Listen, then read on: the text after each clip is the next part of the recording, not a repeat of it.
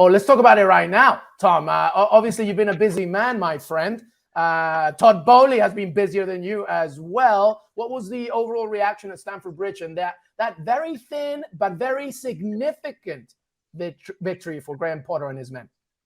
So I think overall relief, to be honest. I think from all those wearing blue, I think it was one of those games where they just simply had to get the 3 points, and it wasn't perfect, far from perfect. There's a lot more sort of question marks about the team. They've got so many injuries, and obviously the suspension as well to Joao Felix. But I suppose there's perhaps a little sort of a turn in the mood today. Perhaps not only did they get the win, but they also unveiled their new €70 million acquisition in Mudryk at half time, which was a little bit strange. I think most people had actually popped off to get a coffee at that stage because it was fairly cold. So it was a slightly mooted sort of welcome for their new acquisition. But overall, and a very important win definitely for Potter. They now have a little break before they play Liverpool next up.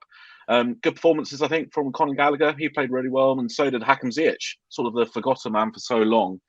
He was fantastic in everything that Chelsea did. He was like the sort of the chief creative force. But again, it wasn't perfect. And but I don't think Potter will really care about that. They got the win, and that's all that matters. I just want to quickly just laugh at how like all this money spent on Mudryk. Bowley's working so hard on bringing him. They bring in a half-time K Murray, and everybody's just got to get a cup of tea. No one knew it was happening, so they kind of said we've got a special announcement at half-time, and then, I mean, it could be the mascot walking around the pitch, right? Yeah, I mean, it could be anything. So, like some ball had come to take like some penalty kicks.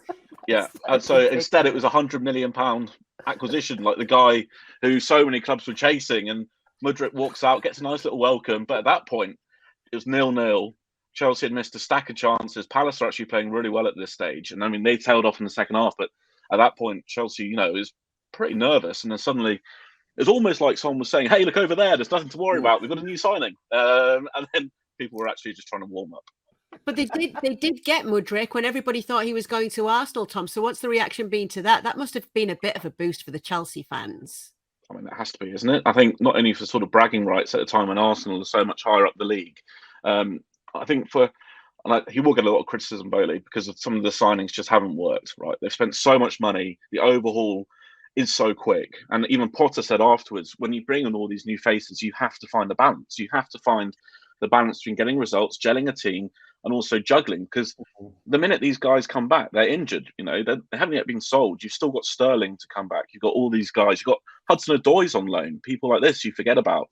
So they've probably got nearly close to 11 forwards at disposal for 3 positions. So that's going to be tough. But I mean, looking at the performance today, he's going to bring a huge amount down that left side. I mean, with Pulisic out for 2 months, Sterling, he's coming back hopefully sooner rather than later. I mean, Felix could also play there, but Mudryk's going to, bring a new, what's the way of putting it? I guess a new impetus to the team, more enthusiasm. He's going to bring something a little bit different. He's going to perhaps cause others to push on. So I think from the fans' point of view, it's extremely exciting. So far, they've bolstered the defence with Badiashile. He made his debut today.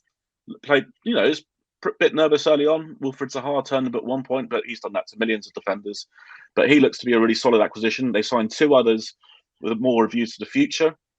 But now it's Mudryk. He's the sort of guy where it's a real Potter signing, somewhere where you can really put a stamp on the team. And I think from the Chelsea fans' point of view, you've got to be delighted, really. So, Yanis, obviously Graham Potter's helped himself out here with a result today. Next up, though, they've got Liverpool at Anfield, and then it's Fulham again so soon afterwards. Is this, in a weird way, the worst time to be having to go to Anfield to face Liverpool? I don't know. I mean, look, it's Graham Potter and Chelsea have bought themselves time for the reasons that Tom has just mentioned. There's 2, I think, London derbies, because I think West Ham follows that. I mean, we don't know what we're going to get from Chelsea. I have zero idea, because all these players coming in, all the injuries as well. It just goes to show that now I believe even more that Graham Potter is going to be there at least till the end of the season. I truly believe in that. This is an overhaul, as Tom has mentioned. I think, as crazy as it sounds, they know what they're doing, and you see these young players coming in, And Todd Bowley is putting Abramovich to shame in terms of how much money he's spending, how many players he's buying. He just wants to do it differently, right? So it's going to be totally different Chelsea, regardless of what happens this season. And I think truly we're going to find out next one. I think I don't want to say they're mailing this in, but they are in a way. They have conviction that this way is going to be the right way. We'll have to wait and see. But if I learn one thing about Chelsea in this game, that even if you've never watched football, watching today, you know exactly what type of player they need to buy today, right? Because even though Kai Havertz has scored, they had chances. Kai Havertz himself had 2 absolute sitters. 2 headers, I think 32nd minute, maybe across from Ziyech, and then late 80 or something like that. It was even closer from like 2 yards out. His header went wide somehow from a Mason Mount's cross. So, I mean, the one player that they absolutely need is a striker of some sorts. At this point, I don't care who they get, but I'm sure Chelsea fans do.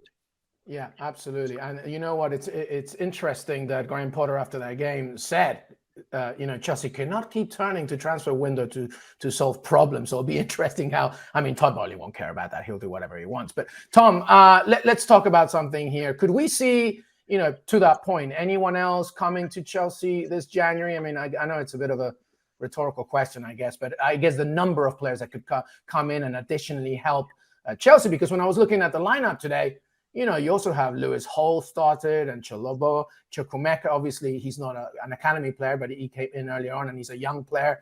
Could we see more additional resources? And to Giannis's point, a striker really being the most notable objective. Well, I'm not sure. I mean, he's still got a few hours today, so who knows, right? I mean, let alone we're working in hours now with Chelsea rather than days. But I think, true. Yeah, I wouldn't be surprised if they did, to be honest. I mean, Potter was asked about this afterwards, especially with Reece James, who's been unlucky with injuries recently. On his day, he's probably one of the 3 top right backs in the world. He's brilliant. So he was asked whether you want to reinforce that. But Potter, again, sort of referenced the size of the squad. He said, you don't really want to operate with a squad of 30 players in the end because it gets too bloated. Players are unhappy. It's extremely hard to juggle everyone. So I'm not sure. But then, to be honest, the way they've already operated, I know there's James Ollie reported that there's interest in Madueke at PSV. They've long been linked with Marcus Thuram, another player up front. But surely they want to target that midfield because they've got good young players. They've got Gallagher, as we mentioned, Chukwuemeka, and they've got a really good crux there. But they have to put some investment into that central midfield. I think for so long they were looking at Enzo Fernandez. And now they've sort of forgot that they need a central midfielder. So now they've been linked with other players all over the pitch, right? So I think it's probably, if they were to strengthen, I mean, I'm a big fan of Football Manager. So if I was in charge of, at this stage of Football Manager, I would be investing in a midfielder. Thank you very much for watching ESPN FC on YouTube. For more highlights, analysis, and exclusive content, be sure to subscribe.